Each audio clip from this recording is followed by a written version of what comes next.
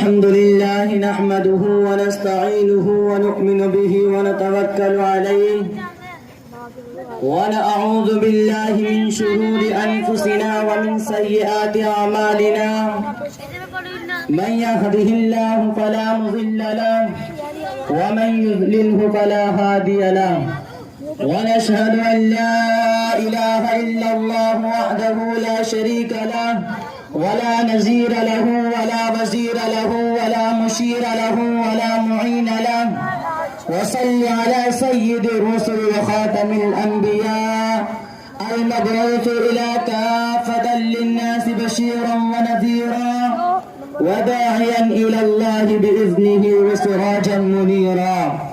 وقال تبارك وتعالى في القرآن المجيد والفرقان الحميد: أعوذ بالله من الشيطان الرجيم، بسم الله الرحمن الرحيم، والذين جاهدوا فينا لنهدينهم سبلنا وإن الله لمع المحسنين. صدق اللہ العظیم. پیارے دوستو، برصغیر پاک و ہند میں جتنا کام دیوبند کے علماء نے کیا ہے اتنا کام ان سے پہلے نہ کسی نے کیا ہے اور نہ ان کے بعد کوئی کر سکے گا انشاءاللہ. اس میں کوئی شک و شبہ نہیں ہے کہ جب سے ہندوستان میں انگریز آیا اس وقت سے ہندوستان میں دو طبقے برسر پیکار رہے. پیارے دوستو، ایک طبقہ وہ تھا کہ جس نے انگریز کے سامنے گردنیں جھکائی، انگریز سے معافیا مانگی، انگریز سے جاگیریں حاصل کی، انگریز سے دولتیں حاصل کی، اور ایک وہ طبقہ تھا کہ جس نے سلطان ٹیپو جیسے انسان سے غداری کی. ایک وہ طبقہ تھا کہ جس نے نواب سراج الدین دولہ کی گردن کٹا کر 750 مربع زمین انگریز سے آزاد کرائی. پیارے دوستو، ایک وہ طبقہ تھا کہ جس نے شاہ اسماعیل شہید رحمت اللہ علیہ سے بالا کوٹ کی پہاڑوں پر غداری کر کے اس نواسہ رسول کو، اس شاہ اسماعیل شہید رحمت اللہ علیہ کو، اس خاندان سے، اس پیغمبر کے خاندان سے تعلق رکھنے والے اس مجاہد اسلام کو بالا کوٹ کی پہاڑوں پر شہید کرا دیا.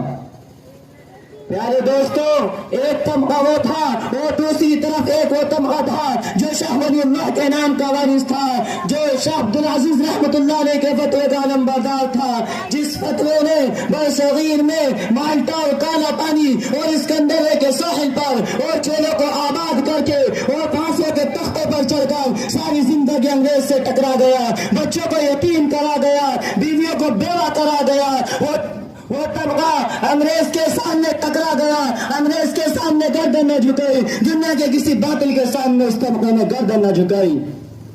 میرے دوستو، ذرا غور سے سنیں، وہ طبقہ دیوبند کے علماء کا طبقہ تھا. آج کل کے بعض لوگ کہتے ہیں کہ دیوبند کا مدرسہ تو کافی عرصے بعد بنا، تو جب سے دیوبند کا مدرسہ بنا اس کا مطلب یہ ہوا کہ جب سے دیوبند کا مدرسہ قائم ہوا ہے اس وقت سے دیوبندی بنے ہیں، اس سے پہلے دیوبندیوں کا نام و نشان نہیں تھا. بعض مولویوں کہتے ہیں، لیکن میں کہتا ہوں کہ مولانا قاسم نانوتوی رحمت اللہ علیہ نے، ہمارے پیر و مرشد نے دیوبند کا مدرسہ بنایا، لیکن اس مدرسہ بنانے سے پہلے وہ عالم تھے، وہ دین کے فاضل تھے، وہ اسلام کے علمبردار تھے، وہ دین کے مجاہد تھے. اس دیوبند کا مدرسہ بنانے سے پہلے انہوں نے علم حاصل کیا تھا. ٹھیک ہے، علماء دیوبند کے مدرسے سے پڑھے ہیں، لیکن یہ علم جو دیوبند کے مدرسے سے پھیلا، جو پوری دنیا میں پہنچا، یہ دیوبند کی زمین ہی سے نہیں بلکہ مولانا قاسم نانوتوی رحمت اللہ علیہ کے سینے سے پھوٹا. میرے دوستو، دیوبند کا مدرسہ کب بنا؟ ذرا اس بات کو سمجھیں کہ دارالعلوم دیوبند کی بنیاد کب اور کیوں رکھی گئی. 1601 عیسوی میں ہندوستان میں انگریز آیا تھا. تجارت کے نام سے اس نے آ کر آہستہ آہستہ پورے برصغیر پہ غلامی کی زنجیروں نے مسلمانوں کو جگڑ لیا. ایک وقت آیا کہ 1739 عیسوی میں شاہ عبدالعزیز رحمت اللہ علیہ، محدث دہلوی شاہ ولی اللہ رحمت اللہ علیہ کے گھر پیدا ہوئے، اور شاہ عبدالعزیز رحمت اللہ علیہ نے 1762 عیسوی میں ہندوستان کی تاریخ میں سب سے پہلے فتویٰ جہاد جاری کیا اور کہا کہ انگریزوں کے خلاف جہاد کرنا فرض ہو چکا ہے.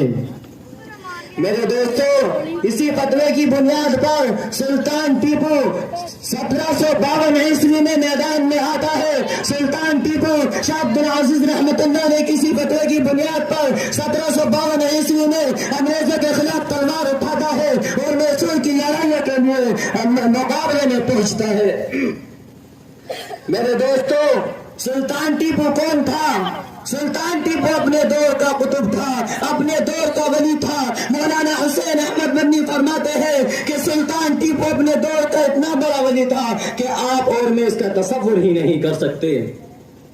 پیارے دوستو، وہ سلطان ٹیپو ہی کی تو ذات تھی جس نے یہ کہہ کر کہ گیدڑ کی 100 برس کی زندگی سے شیر کی 1 دن کی زندگی بہتر ہے، لوگوں کی رگے مردہ میں آزادی کی باقی لہر دوڑا دی اور خود بھی انگریزوں کے خلاف برسر پیکار رہے، یہاں تک کہ میسور کی دھرتی پر خون کا آخری قطرہ بھی آزادی کے خاطر بہا کر شہید ہو گئے۔ پیارے دوستو، پاکستان کے اس قوم کو دیکھو، ان لعنتی قسم کے مورخوں کو دیکھو کہ جنہوں نے سلطان ٹیپو کی تصویر غلط طور پر کتابوں میں چھاپی ہے۔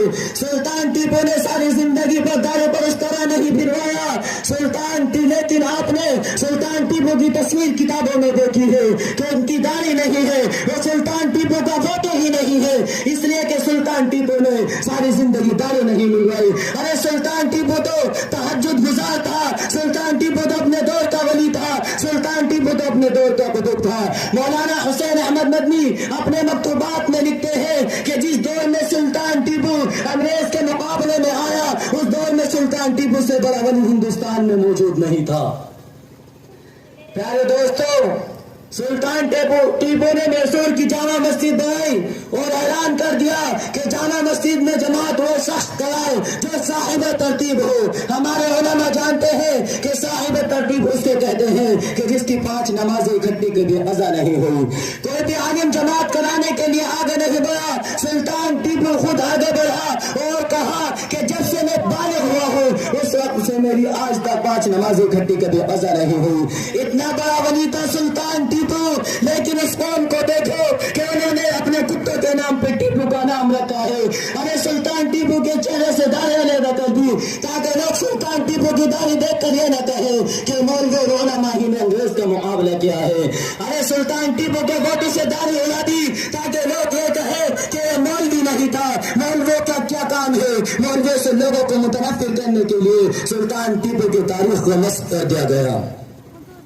پیارے دوستو، 1863 عیسوی میں ہندوستان میں علماء کا قتل عام کا انگریز نے اعلان کیا۔ جس وقت ہندوستان میں انگریز آیا تھا 1601 عیسوی میں، تو دہلی کے شہر میں 1000 دینی مدرسے تھے، لیکن 1864 عیسوی میں پورے برصغیر میں ایک بھی مدرسہ دینی موجود نہیں تھا۔ انگریز شاہ عبد العزیز رحمت اللہ علیہ کا مدرسہ رحیمہ، شاہ ولی اللہ رحمت اللہ علیہ کا مدرسہ رحیمہ جو دہلی کا مرکز تھا، اس مدرسے پر بلڈوزر بھجا دی، مسجد شہید کرا دی، اس مدرسے کو تباہ کر دیا اور علماء کا قتل عام کیا۔ چنانچہ مسٹر ٹامسن اپنی انگریزی کی کتاب میں لکھتا ہے کہ 1763 عیسوی سے لے کر 1864 عیسوی سے لے کر 1763 عیسوی سے لے کر 1864 عیسوی تک یہ ہندوستان کی تاریخ میں بڑے المناک سال ہے۔ ان سالوں میں 14,000 علماء کو دلی کی چاندنی چوک سے لے کر خیبر تک ان کی گردنوں کو لٹکایا گیا۔ 14,000 علماء کو وہ ٹامسن اپنی کتاب میں لکھتا ہے کہ شاہی مسجد کے صحن میں انگریز نے پھانسی کا بندہ بنا کر 100 علماء کو ایک دن میں پھانسی دی۔ 80 علماء کو گولیوں میں بند کر کے دریائے راوی میں ڈالا جاتا اور اوپر سے ان کو گولیوں کا نشانہ بنا دیا جاتا تھا۔ وہ ٹامسن کہتا ہے کہ بالاجیم موقع تھا، علماء کو سوارے کی کھالوں میں بند کر کے چلتے ہوئے تنوروں میں ڈالا گیا، علماء کو گولیوں کا نشانہ بنایا گیا، علماء کو ہاتھوں کے اوپر کھڑا کر کے ان کی گردنوں کو داسوں سے باندھا گیا، علماء کے جسموں کو تانبے سے داغا گیا۔ وہ ٹامسن کہتا ہے کہ جب میں دہلی میں اپنے خیمے میں گیا تو کیا دیکھتا ہوں کہ میرے سامنے 40 علماء کے کپڑے اتارے گئے اور ان کو آگ کے انگاروں پر ڈال دیا گیا اور اس کے بعد میرے سامنے ہی 40 اور علماء لائے گئے۔ انگریز نے ان سے کہا، مولویو ایک دفعہ کہہ دو کہ 1857 عیسوی کی جنگ آزادی میں ہم شریک نہیں تھے، ہم تم کو ابھی چھوڑ دیتے ہیں۔ اگر تم نہ مانے تو انہیں 40 مولویوں کی طرح تمہارے کپڑے بھی اتار کر تم کو بھی آتش گھروں پر جلا دیا جائے گا۔ وہ تامسن کہتا ہے کہ مجھے پیدا کرنے والے کی قسم کہ پہلے 40 علماء پر بگ گئے، دوسرے 40 علماء پر بگ گئے، لیکن ایک بے عالم نے انگریز کے سامنے گردن نہ جھکائی۔ ارے جاؤ مولانا حسین احمد مدنی کے تاریخ کو پڑھ کر دیکھو کہ کراچی کی عدالت میں پیش کیا گیا انگریز جج کے سامنے ان کو۔ انگریز جج نے کہا مولانا آپ نے فتویٰ دیا ہے کہ انگریز کی فوج میں بھرتی ہونا حرام ہے۔ فرمایا دیا کیا ہوتا ہے؟ اب دیتا ہوں، دیتا رہوں گا جب تک حسین احمد مدنی کے سینے میں قرآن باقی ہے، ایمان باقی ہے، منہ میں زبان باقی ہے، کہتا رہوں گا وہ انگریز تیری فوج میں بھرتی ہونا حرام ہے، حرام ہے۔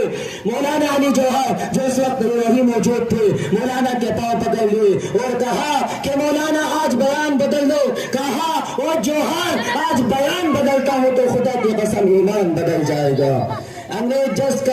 انگریز جج نے کہا مولانا جانتے ہو اس بغاوت والی تقریر کی کیا سزا ہے؟ فرمایا تم بتاؤ۔ اس نے کہا کہ میرے قلم کے اندر بڑی قوت ہے، ایسی بغاوت والی تقریر کی سزا تخت دار ہے، پھانسی ہے۔ مولانا نے بریف کیس کھولا اور اس میں سے سفید کپڑا نکالا اور عدالت میں لہراتے ہوئے کہا وہ انگریز میری بات بھی سن لے کہ جس وقت حسین احمد مدنی دیوبند سے آ رہا تھا تو کفن کا کپڑا بھی ساتھ لایا تھا۔ میرے دوستو، ہم حضرت لاہوری رحمت اللہ علیہ کے ماننے والے لوگ ہیں کہ انگریز نے ان کو برف کے بالاک پر لٹایا، ایک برف کا بالاک ادھر رکھا، دوسرا ادھر رکھا، سردی کا موسم تھا، حضرت کا جسم ٹھنڈا ہو گیا، آپ بے ہوش ہو گئے۔ حضرت انگریز نے ان کو اٹھا کر ایک طرف رکھا، جب ہوش آیا تو انگریز نے کہا کہ اب جلوس نکالو گے، اب ختم نبوت کا نعرہ لگاؤ گے، اب ریلی نکالو گے اور مسجد میں حضور کی رفعت اور عظمت کو بیان کرو گے۔ میرے دوستو فخر کرو، فخر کرو۔ کہنے لگے او انگریز میری بات بھی سن لے، میرا جسم ٹھنڈا ہو گیا ہے لیکن ایمان پہلے سے زیادہ گرم ہو چکا ہے۔ دعا کیجئے کہ اللہ تبارک و تعالی ہمیں ان علماء کی قربانی کو دیکھتے ہوئے ان کے طریقوں پر چلنے کی توفیق عطا فرمائے، آمین۔ وما علینا الا البلاغ المبین۔